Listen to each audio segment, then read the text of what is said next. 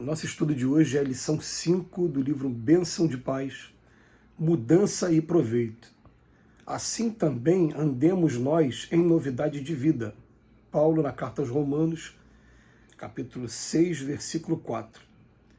Criaturas existem que se confessam dedicadas ao espírito de mudança que a vida exige de cada um, e tão somente por se referirem a isso, alteram obrigações assumidas logo ao se sentirem incomodadas por singelos motivos de feição pessoal. Mal começam a ação determinada, ou em meio da empresa edificante a que se consagraram, se experimenta o impacto de pequeninos contratempos, asseveram que é preciso mudar para progredir, relegando a outrem problemas e encargos que lhe competem. Semelhante atitude, porém, resulta simplesmente de insatisfação e imaturidade. Renovação não é alterar o caminho porque estejamos sob as consequências de ajustes e decisões abraçados por nós mesmos com vistas à nossa melhoria espiritual. Muito mais que isso, é aceitar varonilmente as ocorrências adversas, os golpes da estrada, os desafios da prova e as crises da existência, incluindo as mudanças a que penúria, abandono, enfermidade ou desencarnação nos constranjam, procurando servir mais e melhor no plano de evolução e trabalho em que a providência divina nos colocou. Transformação permanente por dentro, metamorfose da alma que encerra consigo bastante poder para transfigurar dificuldade em lição e sombra em luz. Paulo de Tarso, que tanta vez nos impele à renovação, converteu cada dia em trilha mais alta de acesso à confiança no Senhor e ao serviço em favor do próximo, sem renunciar aos sacrifícios pessoais que a obra esposada lhe impunha.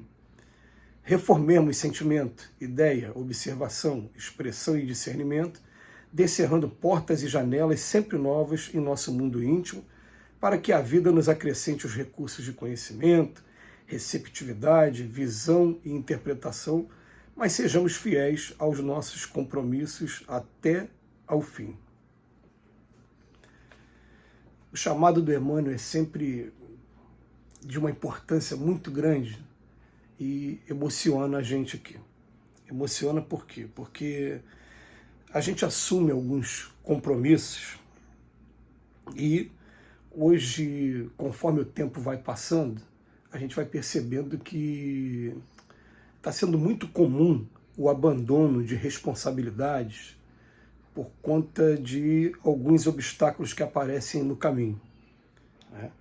A gente tem que ter uma maturidade muito grande para compreender quando a gente está no caminho certo e os obstáculos aparecem, para quando a vida está querendo mostrar que a gente está no caminho errado e a gente precisa mudar realmente o nosso roteiro. São duas coisas completamente diferentes. Então a gente fica pensando aqui com a gente no seguinte, até quando vai falar da gente, as palavras têm mais força. Naturalmente, eu tenho essa alegria, esse prazer de estar falando do Evangelho de Jesus e da doutrina espírita.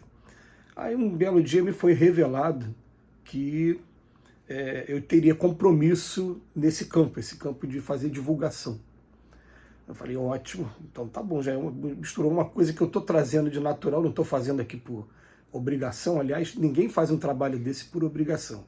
A gente faz porque a gente ama mesmo e sente que realmente o coração bate nesse lado. E você começa a trabalhar na divulgação. Mas a divulgação ela é ampla. A divulgação, né, são os convites a você ir a vários lugares e você está sempre procurando interpretar o Evangelho de Jesus para grupos diferentes. Então, a gente, na hora que vai começar o nosso trabalho, a gente entra em prece aqui profunda e fala, por favor, Senhor, não deixa que o meu ego fale mais alto, eu quero aqui que saia da minha boca aquilo que o pessoal precisa ouvir.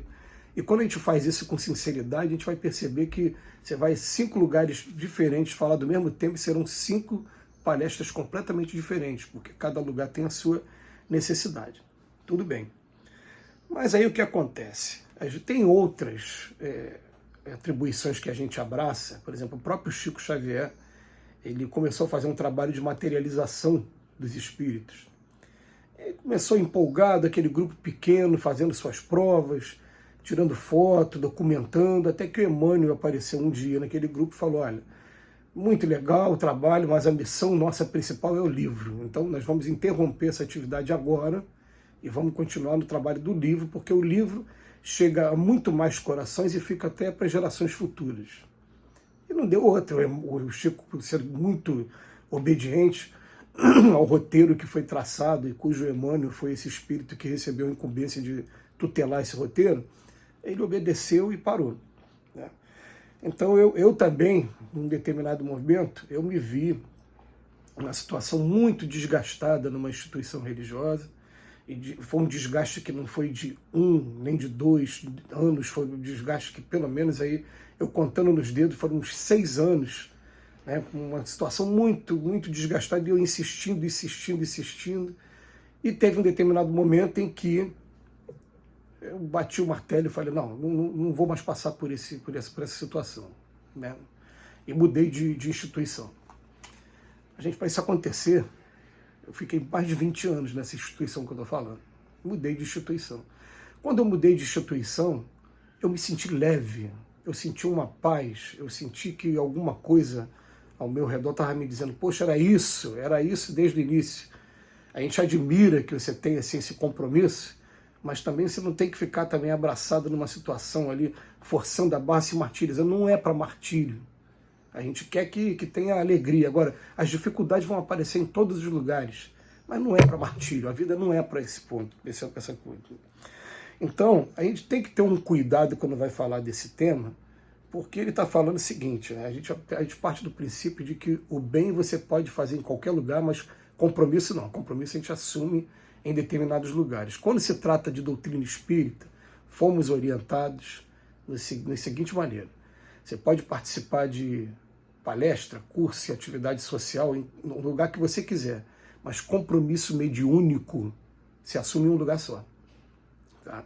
Foi o que a gente recebeu como informação, e é claro que eu não vou falar que tem muito pouco tempo, né, em 10 minutos, para falar sobre as razões disso, mas é muito correto, está certíssimo esse conceito, né?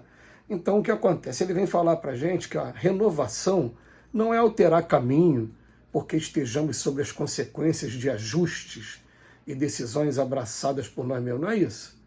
É aceitar varonilmente as ocorrências adversas, os golpes da estrada, os desafios da prova e as crises da existência. Então o segredo para a gente estar tratando desse tema é você estar o tempo todo consultando sua consciência. A minha consciência está tranquila?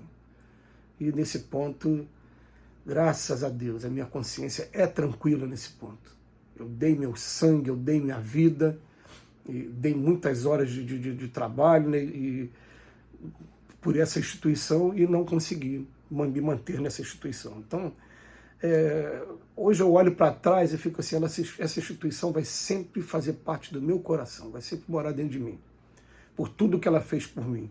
Mas chega uma hora que a vida também convida a gente a seguir o nosso caminho, e o mais importante é que o trabalho de divulgação, no meu caso aqui, não pode parar jamais. Então, a gente elege um outro lugar para trabalhar e a gente continua o nosso roteiro.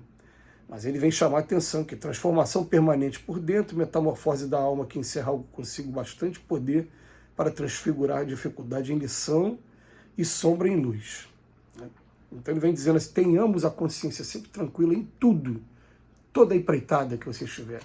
A empreitada profissional, eu tentei de todas as maneiras, tenho a minha consciência tranquila que eu tentei, não era mesmo o caminho, sai. Casamento está banalizado hoje também, né? É outro tema também. Não, mas a consciência tranquila é o nosso maior advogado de defesa. Então, tentei de todas as formas, não deu, não tive que partir para o divórcio. Vai ser sempre assim, qualquer empreitada, pode ser o profissional, pode ser o religioso, pode ser o conjugal, vai ser sempre dessa maneira.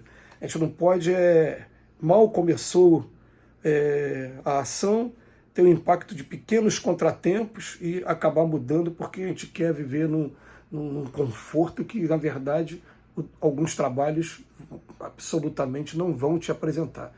Principalmente o trabalho com Cristo. Que tudo que a gente vai querer fazer para o bem real mesmo encontra resistência no mundo de expiações e provas. Que Jesus nos abençoe hoje e sempre.